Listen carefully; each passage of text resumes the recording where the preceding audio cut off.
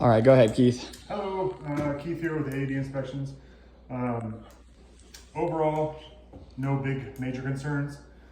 I did find one issue in the crawl space, and that's beneath the Jack and Jill bathroom sink. So when the plumber, I mean this happens all the time, when the plumber installed the water supply lines, he actually notched into the top cord on a floor joist. But when he did that, he didn't provide support directly beneath, which you're supposed to. Typically it'll be a 2x4 or a 4x4 and a cinder block for support. Yeah. So really that's the biggest issue that I found. One nitpicky thing, the gas cooktop is installed crooked. So I measured the distance between the appliance and the edge of the countertop. This is about 2 inches. This is about maybe inch and a half, less than that. So, I mean, you could see it just by standing here. Yeah. Now that I look at it. I never noticed it till you said anything. Not a huge deal, but that would annoy me every time I walked in the kitchen, so Absolutely. I have to bring it up. Other than that, yeah, I mean, I know Jason likes to rate 1 through 10 on homes. This is about a 9. A 9? Yeah. Okay, perfect. And I don't give those numbers out too lightly. So. No, I was going to say, I don't remember the last time we did a 9. The last house you did for me last week was a 5. Yeah. Yeah, that was awful. Anyways, I know Laura did want me to ask, are the hose bibs all in good shape? They are. And the outside electrical outlets? Yep. Okay, Every one of them. no problems. I don't understand. The sink where the Jack and Jill bath is, Mm-hmm. below it, there's supposed to be a support. So, whenever manufacturer specifications, you're not supposed to cut a floor joist. But I see it all the time. Plumbers do it all the time. The floor joist. Yeah, what's beneath in the crawl space, what's holding up the The subfloor. support, okay. Yep. So basically, the 2 water supply lines, the hot and cold, that are going up in that sink from the crawl space, they notched the top cord of the floor joist. Oh, I see. So Okay. when that happens, they're supposed to provide support. I mean, the house isn't going to fall over, but there still needs to be that support where they cut the floor joist. Do you, oh, go ahead. Go ahead. That should be something that the owner should fix. That's whatever you decide. I was gonna say maybe not. It's probably like $150 fix. They come in and basically add 2x4 support. It's called a pony wall support. Yeah, basically. Yeah, and then they drop a cinder block below it and just shore it up to make sure. But to Keith's point, on every single new build on the planet, I feel like I run into this constantly, and builders just don't care. They don't care. Like you said, the house isn't going to fall apart, but the manufacturers say that you shouldn't cut those, and when you do cut them, you're supposed to add an extra support there. So, Okay, got it. is that Yep, correct? perfect. Okay. Yeah. Yeah, as far as like the water features go, I'm not sure if they were staying or not, so I didn't really look at those. But you have one in the rear, one in the front. Yeah.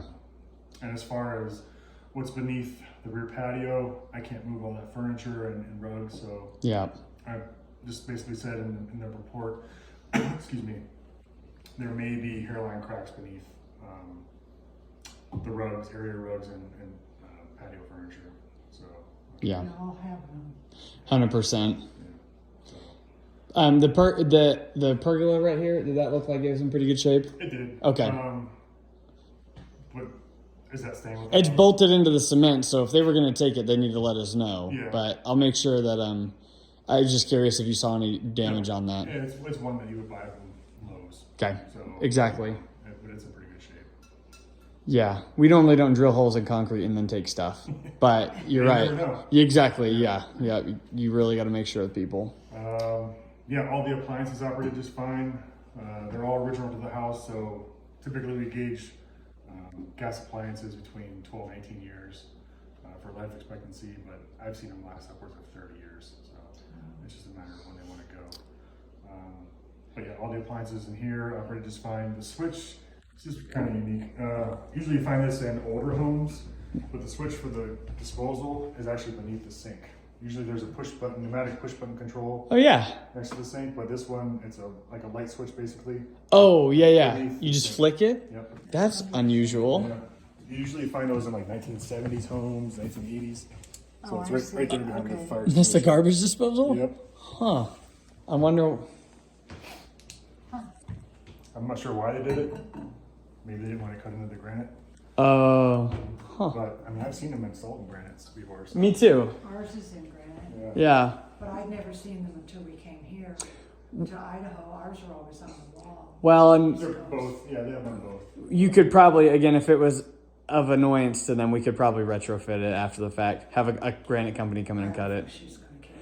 Yeah, I mean that's no water intrusion. No water intrusion. There is signs of dry water stains on the vapor barrier in the crawl space Yep. along the rear, but I would assume that would have to happen during the initial construction phase. Okay. And since they have a conditioned crawl space, Oh, it's conditioned. yeah. Oh, nice. What does that mean? So there's an inline fan in the garage. Basically what happens is, so there's no foundation vents on the home. The inline fan in the garage draws air from a return, like a floor vent, like that, in that front left bedroom. It draws air through the crawl space, so there's constant airflow, and then up and out through the roof. Well, that's nicer than what we have, all those stupid vents that you have to open. That's most people. Yeah, I would Yeah. much rather have that. Yeah. Yeah. Because, What I have- because the conditioned crawl space can fail, the fan. Oh, You know Yeah. what I mean? Those can't fail, Yeah. but I'm old school. until you forget, you close one and then To- you have water. It's not, in those yeah, vents. I mean, yeah. You'd have to be super unlucky Yeah. with those vents to forget to close one and have your pipes freeze. For like 10 years, I didn't know I was supposed to do that on my house. I never closed or opened the vents. I just left them opened. So on the, I was going to ask, where's the water shut off? The water. It's in the, so there's only one crawl space access, and that's in the master closet. Okay. And that's where it's at. Okay. Right when you That'll open be it the up. port, yeah. Okay. Yeah.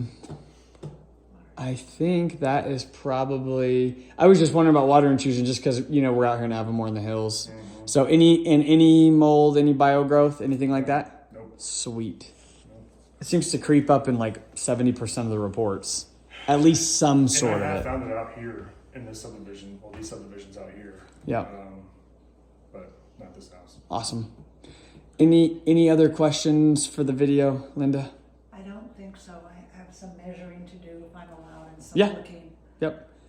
I'll hang out and help you measure, and we'll go from there. I appreciate your time, Keith. Anytime. Thank you. You. No problem.